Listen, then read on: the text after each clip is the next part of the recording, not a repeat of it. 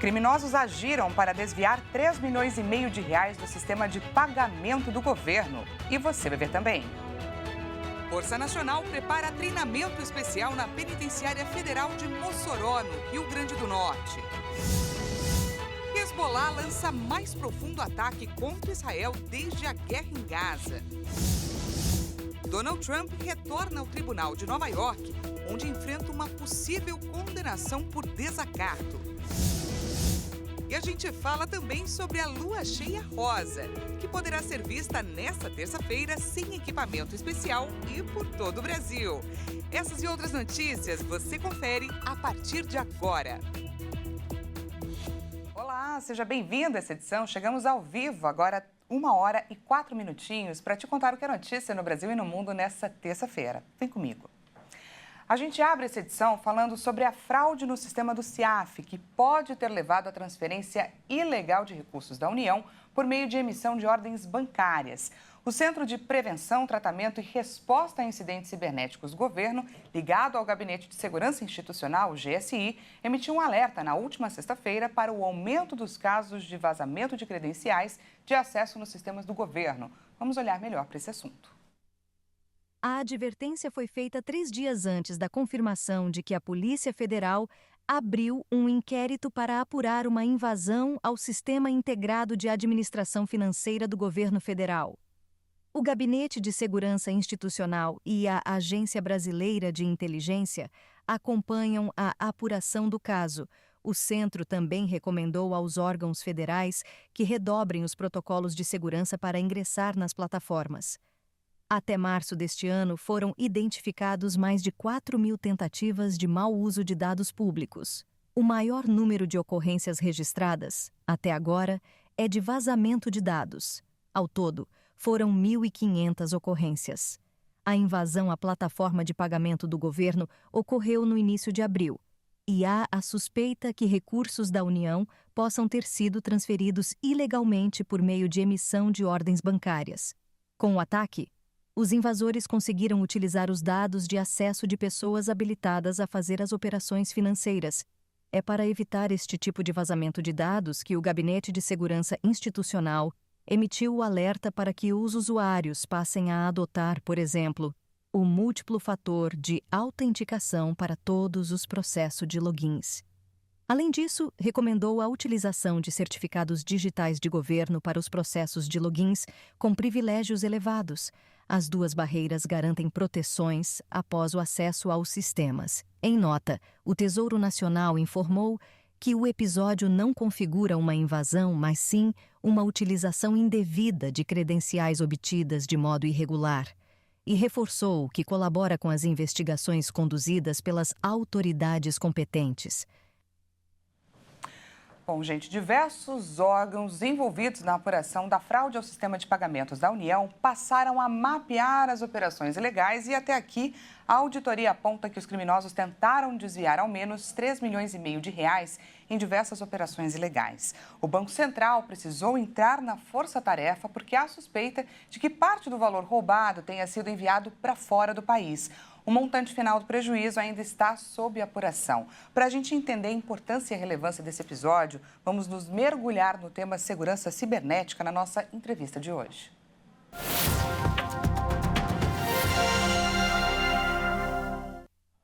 Converso agora com o advogado especialista em direito digital, Lucas Palha. Seja muito bem-vindo, Lucas. Oi, Daniela, boa tarde. Boa tarde a todos que nos escutam também. É um prazer estar aqui. Boa tarde, Lucas. A gente agradece demais a sua disponibilidade. Primeiro, deixo claro aqui que o caso corre em segredo de justiça, mas gostaria que o senhor explicasse para a gente o que é esse Sistema Integrado de Administração Financeira gerido pelo Tesouro Nacional e como pode ter acontecido essa fraude. Bom, Daniela, o Sistema Integrado de Administração Financeira do Governo Federal, o CIAF, ele é um sistema informatizado para processamento e controle da execução orçamentária e financeira da administração pública, ou seja, todo o dinheiro, o orçamento da União, do governo federal, ele é administrado pelo próprio CIAF, o que causa ainda mais preocupação para a gente, essa reiterada falha de segurança que vem acontecendo. Não é o primeiro Então, é o segundo caso que envolve, seja PIX, seja o sistema integrado do governo federal em casos de vazamentos de dados, e essa vez parece ser ainda mais grave, né, Bruno? Pois é, como a gente viu na matéria anterior, segundo o GSI, foi emitido um alerta 3 dias antes com o objetivo de antecipar, de evitar a invasão e o vazamento dos dados, o que não teve efeito na prática. Sendo assim, podemos estar diante de uma falha do sistema ou de um caso maior de uma suposta conivência. E mais, se o montante foi de fato enviado para fora do país, qual a chance de reavê-lo? Bom, essas são perguntas bem relevantes, Daniela. E assim, como você mesmo disse, o caso corre em segredo de justiça e a gente ainda precisa aguardar o desenrolar das investigações para saber se foi conivência ou se foi uma falha do sistema. Com certeza, a falha do sistema aconteceu. O que a gente precisa entender é se ele foi por falta de orçamento, por algum erro humano, por alguma conivência, como muito bem você colocou, mas a preocupação é clara, porque por mais que o GSI tenha trazido um alerta dias anteriores, a gente sabe que isso é um processo que leva tempo para a gente conseguir, primeiro, entrar no sistema do governo, e segundo, para desenvolver uma camada de segurança, né? A gente tem ali um duplo fator, um multifator de autenticação, que há muitos anos já é utilizado no governo de maneira geral e nos causa um certo espanto não ter isso numa instituição tão relevante como o CIAF. Então, o que a gente tem que estar em mente realmente é que isso tem um caso relevante de vazamento de dados e que existem leis e regulamentos específicos para tratar disso de maneira, inclusive, preventiva. E cabe o nosso governo olhar para esse lado também. Olhando então para frente, o quanto é importante que o governo destine recursos e foque em alternativas para evitar que essas ameaças, que episódios como esse aconteçam novamente. O que a gente consegue aprender com esse episódio de fato? A gente tem que aprender uma coisa que parece relativamente óbvia para alguns olhares, mas a gente tem que reforçar a cada dia. O mundo digital hoje, Daniela, que escuta, naturalmente é um mundo que facilitou a grande maioria das operações, tanto financeiras como de trabalho. Mas ele requer uma segurança maior, ele requer uma segurança ainda mais especializada. Então, o governo precisa voltar a investir, precisa voltar a colocar os esforços e os olhos em segurança cibernética, em vazamento de dados, em reforçar os sistemas que hoje já existem no Brasil, né, para ter uma segurança ainda mais robusta de um sistema que, de fato, tem uma segurança relevante, mas vem apresentando algumas falhas. Tá certo, conversamos com o advogado especialista em direito digital, Lucas Palha, que é consultor da CSMV Advogados. Muito obrigada pela sua participação aqui no nosso jornal. Obrigado, Daniela, à sua disposição. Boa tarde. Até mais, ótima tarde. Bom, gente, após a fuga e a recaptura de 2 detentos da Penitenciária Federal de Mossoró, a Força Nacional vai passar por um treinamento. O batalhão deve ficar na penitenciária por 60 dias e pode reforçar a segurança externa desse complexo. De acordo com uma portaria do Ministério da Justiça e Segurança Pública, as atividades serão realizadas dentro do complexo penitenciário e coordenadas pela Secretaria Nacional de Políticas Penais. O treinamento da Força Nacional está previsto para acontecer até o dia 21 de junho. A prisão federal de Mossoró foi a primeira a registrar uma fuga de detentos. 2 prisioneiros fugiram do presídio no dia 14 de fevereiro. Ambos têm ligações com uma facção criminosa e foram capturados 50 dias depois, em Marabá, no Pará. A portaria não especifica o número de profissionais que devem embarcar para o Rio Grande do Norte, mas deixa claro que obedecerá ao planejamento definido pelos entes envolvidos na operação. Durante as buscas pelos fugitivos, mais de 600 agentes fizeram parte da operação. A Polícia Federal faz hoje uma operação para apreender bens de empresários suspeitos de desviarem recursos do SUS. A operação, chamada Moto Perpétuo, ocorre em 3 cidades e aponta que os investigados compravam bens em nome de empresas fictícias ou laranjas para ocultar o dinheiro ilegal. Os agentes cumprem 13 mandados de busca e apreensão nas cidades de Curitiba, São Paulo e Balneário Camboriú. A operação identificou 30 milhões de reais em bens ocultados e sequestrou 10 imóveis. Um dos apartamentos avaliado em 10 milhões de reais está cadastrado em nome de uma empresa fictícia, cujo sócio recebeu auxílio emergencial. Também foram apreendidos carros de luxo, além de valores acima de 10 mil reais. As investigações apontam que os suspeitos usavam organizações sem fins lucrativos para fraudar licitações e desviar recursos públicos da saúde. O montante pode chegar a 70 milhões de reais em todo o estado do Paraná. Os crimes investigados incluem lavagem de capitais, associação criminosa e organização criminosa, com penas que podem chegar até 18 anos de prisão. A arrecadação do governo bateu um novo recorde. Em março, houve uma alta de 7,22% em relação ao mesmo período do ano passado. E esse, gente, é o quarto mês de recorde consecutivo. As receitas de impostos, contribuições e demais tributos ultrapassam mais de 190 bilhões de reais. De janeiro a março de 2024, a arrecadação também foi a maior da série histórica iniciada no ano 2000, com o valor de quase 658 bilhões de reais, uma alta de 8,36%. Segundo especialistas, o resultado é explicado, em parte, pela dinâmica de tributação do PIS/COFINS sobre combustíveis e pela tributação dos fundos exclusivos, chamados de fundos dos super-ricos. De acordo com a Receita Federal, houve aumento no volume de vendas e serviços, assim como a retomada da tributação do óleo diesel e da gasolina, principalmente. Outro fator que explica o recorde são os valores arrecadados de 10 bilhões e meio de reais de imposto de renda. Com esse resultado, a possibilidade de uma mudança da meta fiscal no primeiro semestre deste ano fica mais distante. A expectativa do governo é de zerar o déficit fiscal neste ano. Veja a seguir. Donald Trump retorna ao tribunal de Nova York, onde enfrenta uma possível condenação por desacato. E a gente fala também sobre a lua cheia rosa, que poderá ser vista nesta terça-feira sem equipamento especial e por todo o Brasil. A gente volta já já. Não perca!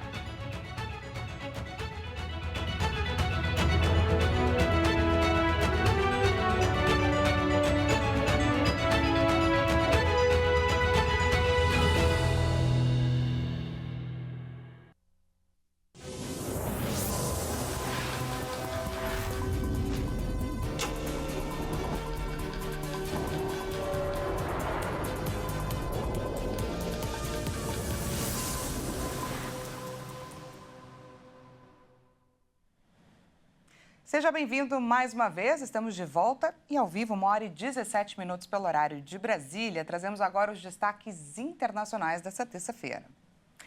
E o clima de tensão aumenta no Oriente Médio. O grupo Hezbollah, apoiado pelo Irã no Líbano, disse que lançou um ataque de drone contra bases militares israelenses ao norte da cidade de Acre. Esse é considerado o mais profundo ataque ao território israelense desde o início do conflito em Gaza.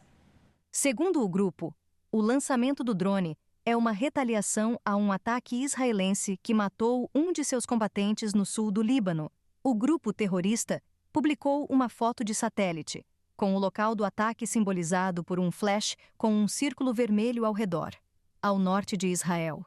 Os militares israelenses afirmaram que não tinham conhecimento de que alguma de suas instalações havia sido atingida, mas anunciaram nesta terça-feira que interceptaram 2 alvos aéreos na costa norte de Israel.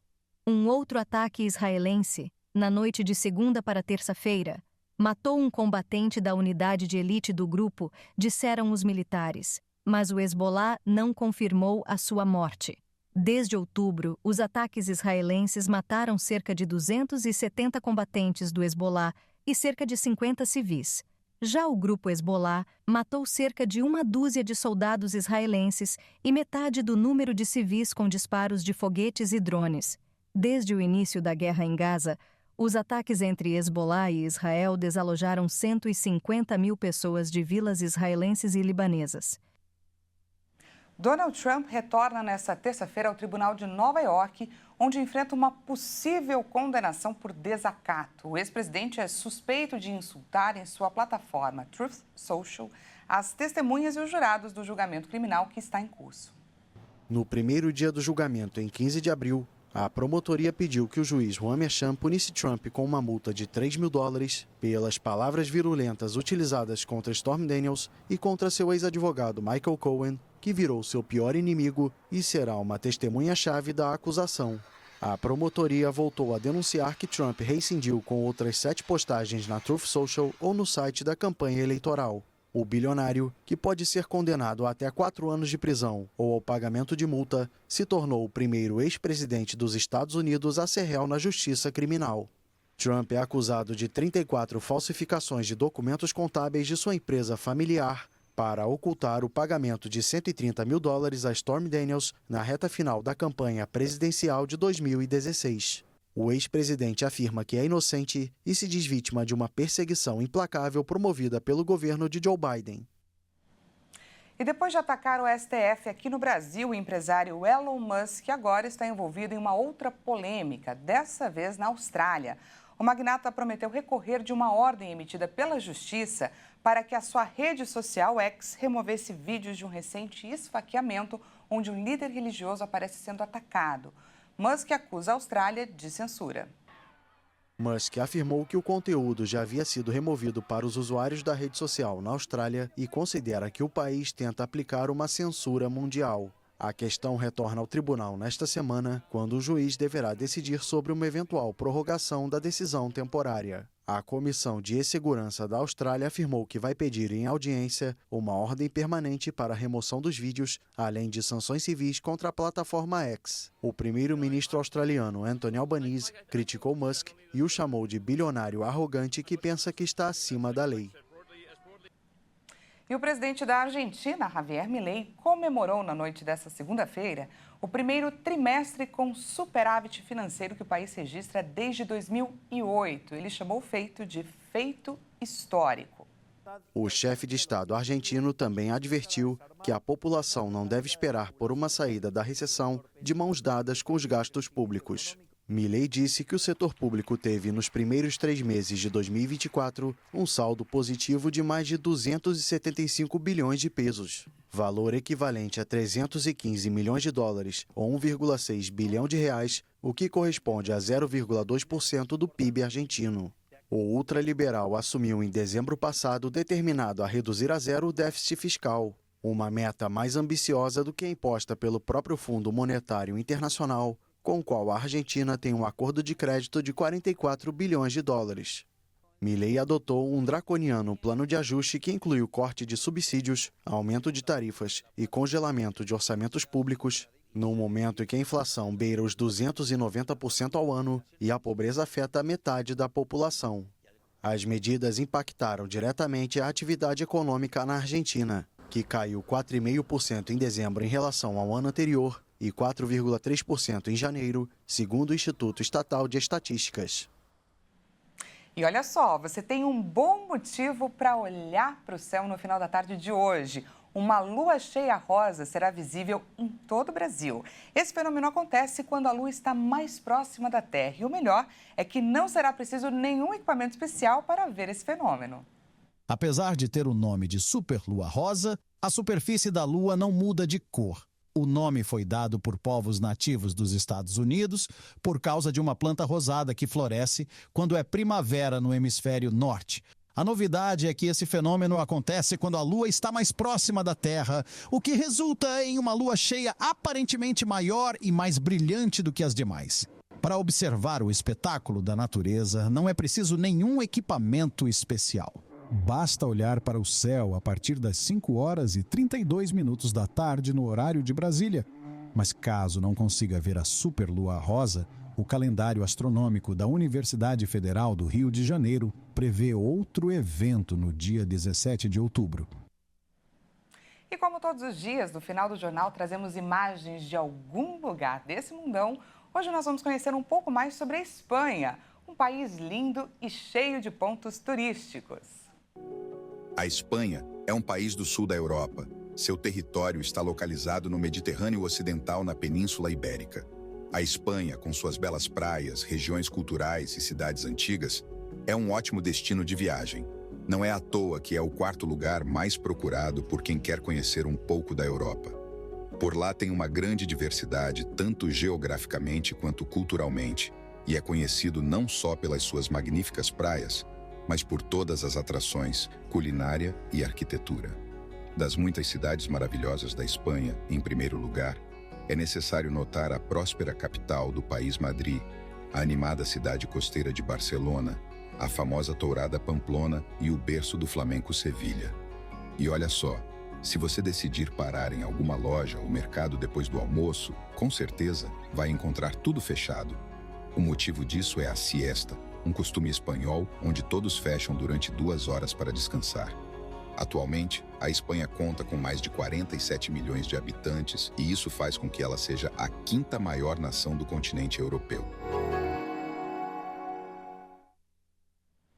E que tal aproveitarmos o poder da tecnologia para nos transportar diretamente para a Espanha? Vamos espiar essa tarde ensolarada de uma câmera muito bem localizada que nos traz um degradê, gente, de azul, que você não vai saber aonde termina o céu e onde começa o mar. Atenção que as imagens são maravilhosamente impactantes. As imagens ao vivo que você vê na sua tela são de Puerto Rico de Gran Canária, um resort na ilha espanhola de Gran Canária. Dá para ver que em cada ponta da enseada existe um porto. A praia é cercada de montanhas e, por isso, o mar é bem calminho nessa região. Ideal para quem adora praticar esportes como stand-up paddle ou até mesmo nadar sem se preocupar com as ondas, com tanto de ondas. Esse destino turístico é conhecido como o lugar mais ensolarado em Gran Canária, mas o movimento por lá parece não ser tão intenso nesse momento. Afinal de contas, agora já é final da tarde por lá. 5 horas, gente, e 26 minutinhos, enquanto aqui estamos ainda no início da nossa tarde. 13 horas e 26 minutinhos. E é com essas imagens que a gente encerra essa edição de agora. Você confere daqui a pouco mais notícias com a nossa jornalista Caroline Povoleri. 1 hora e 50 minutinhos, portanto, não perca. Muito obrigada pela sua companhia. Uma excelente tarde de terça-feira para você e até amanhã.